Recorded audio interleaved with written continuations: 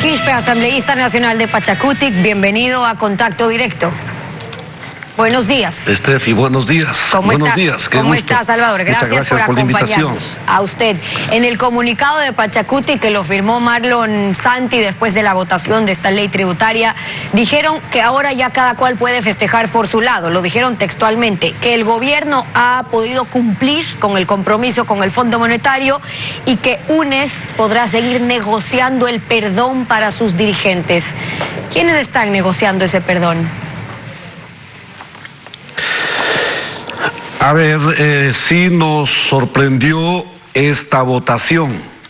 Luego de 30 días de análisis, 30 días de compartir criterios en el sentido de que aquella ley de reforma tributaria no trae nada bueno para la mayoría de los ecuatorianos. Y no solamente que decíamos no trae nada bueno para los ecuatorianos, sino que además UNES presentó un informe de minoría. Obviamente nosotros no pudimos estar de acuerdo con ese informe de minoría porque sabíamos que podíamos aprobar ese informe de minoría con algunos aportes nuestros. Sin embargo, con el veto presidencial, eso volvía a lo mismo, volvía a los textos originales firmados por el presidente Guillermo Lasso, y en la Asamblea no teníamos los suficientes votos para ratificarnos de los textos aprobados por nosotros, y entonces sabíamos, y ellos también sabían, que aún aprobando el informe de minoría, finalmente iba a entrar en vigencia los textos originales firmados por el presidente de la República hace más de 30 días. Frente a eso dijimos, no, el camino aquí no es ni el informe de minoría, aquí el único camino que queda es el archivo.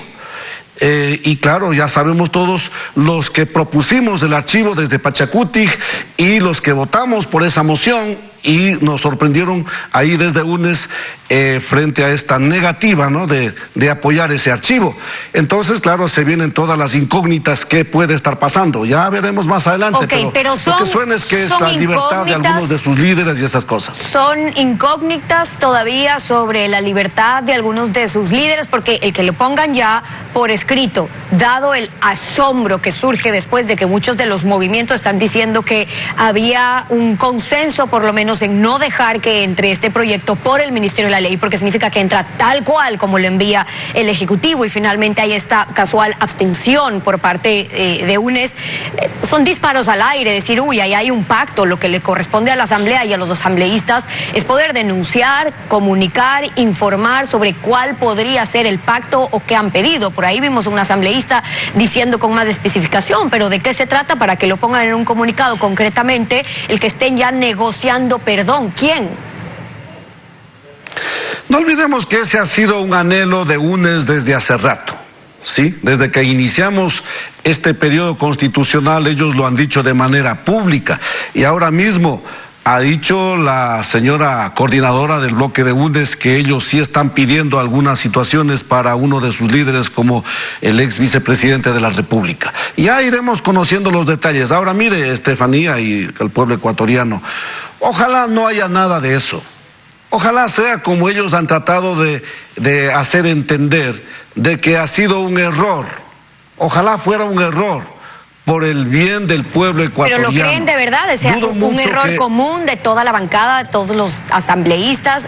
Porque hay que ponerlo en contexto, y estoy de acuerdo con usted. Mientras esto está pasando con la crisis carcelaria, se están tramitando también indultos a ciudadanos con enfermedades catastróficas, por ejemplo, en los centros penitenciarios.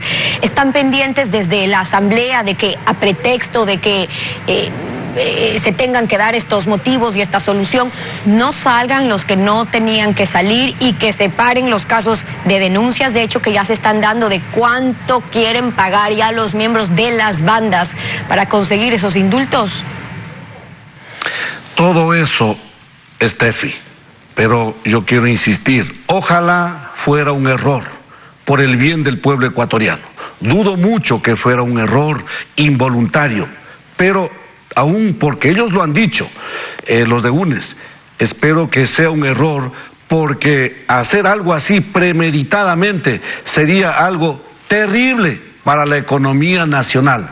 Si fue un error, entonces espero que UNES vote por este proyecto de ley que busca derogar el proyecto de ley o la ley tributaria que está entrando en vigencia en estas horas y que es nefasta para el país desde varios puntos de vista. Si es que fue un error, entonces tenemos la oportunidad para enmendar el error y para reorientar, no solamente votando por este proyecto de ley derogatorio a la ley tributaria, sino también que avancemos con varios proyectos de ley que están en la Asamblea Nacional y que buscan algo de bienestar para los ecuatorianos, pero como entonces, esa ley que hemos presentado para bajar las tasas de interés, como esa ley que busca la soberanía alimentaria y otras cosas. El consenso sobre qué hacer una vez que ha entrado y sido promulgada en el registro oficial. Una opción era ir a la Corte Constitucional, presentar una acción de inconstitucionalidad, que la Corte de considerar pueda dictar medidas cautelares, impedir ahí su ejecución hasta que se resuelva la demanda,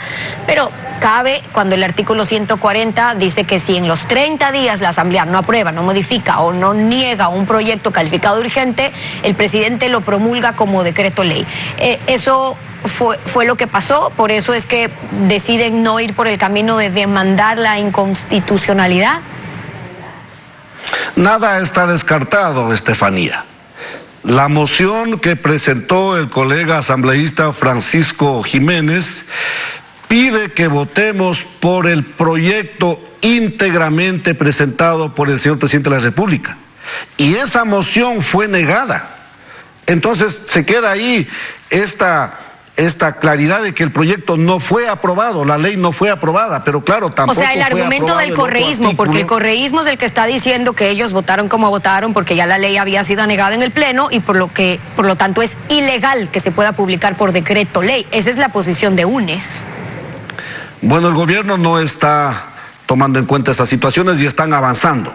Hubiera sido mucho mejor, para no estar dándose tantas vueltas y explicando si esto fue legal o no fue legal, se debía votar por el archivo expresamente. Eso hubiese sido un mensaje claro de lo que estamos haciendo. Pero aquí se hacen las cosas ahí como buscando cómo sobresalir y etcétera, etcétera, y nos dejan en toda la duda y ahora estamos con ese problema encima. Ahora, el artículo 140 de la Constitución también dice que publicado ya en el registro oficial, la Asamblea puede modificarla o derogarla, pero en trámite ordinario. Eso, digamos, es el camino que están haciendo ahora a pesar de conocer los tiempos y que probablemente no tengan los votos entonces. Ya veremos, nosotros vamos a cumplir con todo lo que nos permite, nos ordena la Constitución. Y en ese sentido, tenemos listo este proyecto de ley para derogar la Ley Orgánica para el Desarrollo Económico y Sostenibilidad Fiscal tras la pandemia COVID-19, calificada como urgente, etcétera, etcétera. No, el proyecto está listo, en el momento oportuno lo ingresaremos a la Asamblea Nacional y avanzaremos con el trámite ordinario. Así es, Estefanía. La Constitución nos manda a cumplir el trámite ordinario y ya veremos quienes aportan para la derogación y esperamos que, insisto, si fue un error de UNES, entonces los votos de UNES se supone que se sumarán para la derogatoria y para enmendar ese error que ellos están manifestando. Mientras tanto, el gobierno, por su parte, insiste en que con este proyecto se logran estabilizar las finanzas públicas, pero el problema es que tal como lo están pasando, no admite y no admitió margen de consensos. Por ejemplo, se planteaba que las deducciones del impuesto a la renta no sea de 10.000 como planteaban, sino de las mismas 14.000, es decir, que no toquen, pero va a entrar en cuánto, en 5.000 el techo para poder deducir los gastos personales en el impuesto a la renta. Pero querían, por ejemplo, que la base para las contribuciones del impuesto a la renta sea de más de 3.000 o más incluso en sueldo, pero eso tampoco pasó.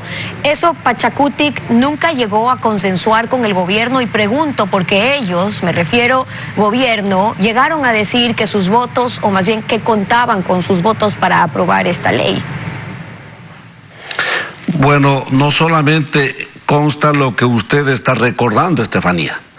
No olvidemos que mientras a los ecuatorianos que cobran $2.000 en adelante le van a cobrar un impuesto, con esta ley también le están borrando el artículo 34 de la Ley Orgánica de Telecomunicaciones, y al borrar ese artículo están dejando de cobrar a las telefónicas privadas alrededor de 30 millones de dólares anuales por concentración de mercado.